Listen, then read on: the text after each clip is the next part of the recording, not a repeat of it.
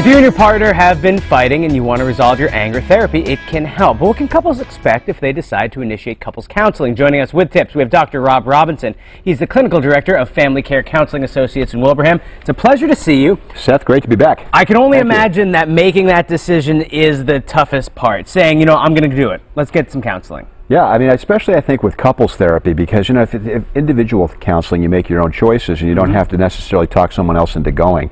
And I think with couples therapy, it's a little more challenging getting both people in because, the other person might be dragging their feet and not wanting to go. Well, and I think that's probably most often the case. It's that one person's initiating it. It's because there's problems in the relationship. No question about it. So the first thing you want to do is you want to find a counselor who's trained in couples therapy, because not everybody is. That's the interesting thing. I mean, in our field, in counseling, couples therapy and family therapy really is an area of specialization, and the people who are certified to do that kind of stuff have been trained in systems and relationship therapy. And sometimes a good place to start in terms of seeking a referral for someone who may be able to do that kind of work is the American Association for Marriage and Family Therapy. They have a toll-free number, you can Google them in, and they have a therapist locator kind of segment on their website, so in all the areas of the country they can help you find somebody who is a clinical member of the American Association of Marriage and Family Therapy, and you can be guaranteed that those people have been trained and have the proper certification to do that kind of work.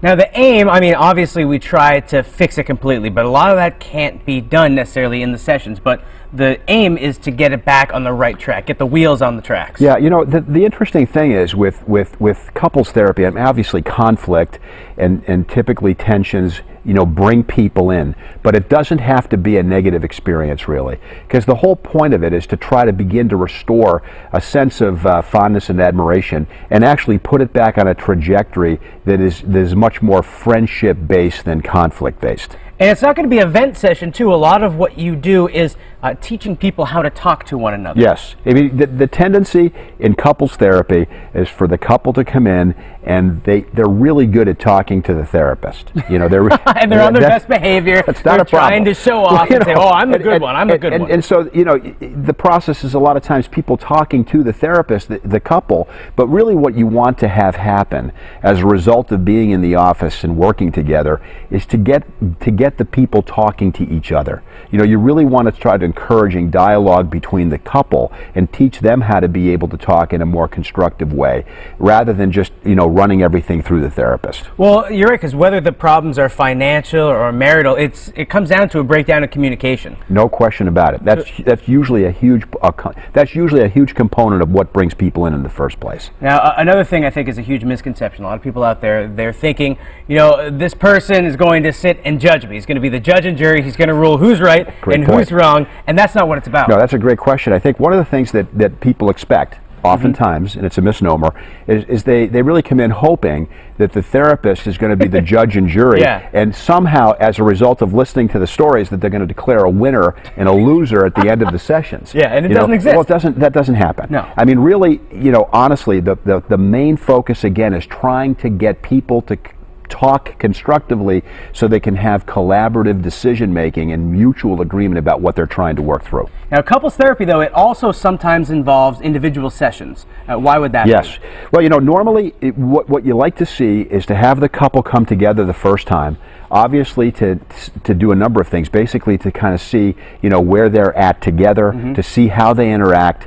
Sometimes it's even an important thing to let them have some discussion about what they've been in conflict with so you can see what might be breaking down in the communication. But then after that, usually it's a good idea to meet with the therapist one time individually each, just to go over some history stuff because they might know that about one another, and usually they just do a little bit more assessment and get used to their perspective. But then after that, the bulk of the work typically is together with the therapist, all three people, the couple and the therapist. The rest of it usually is together.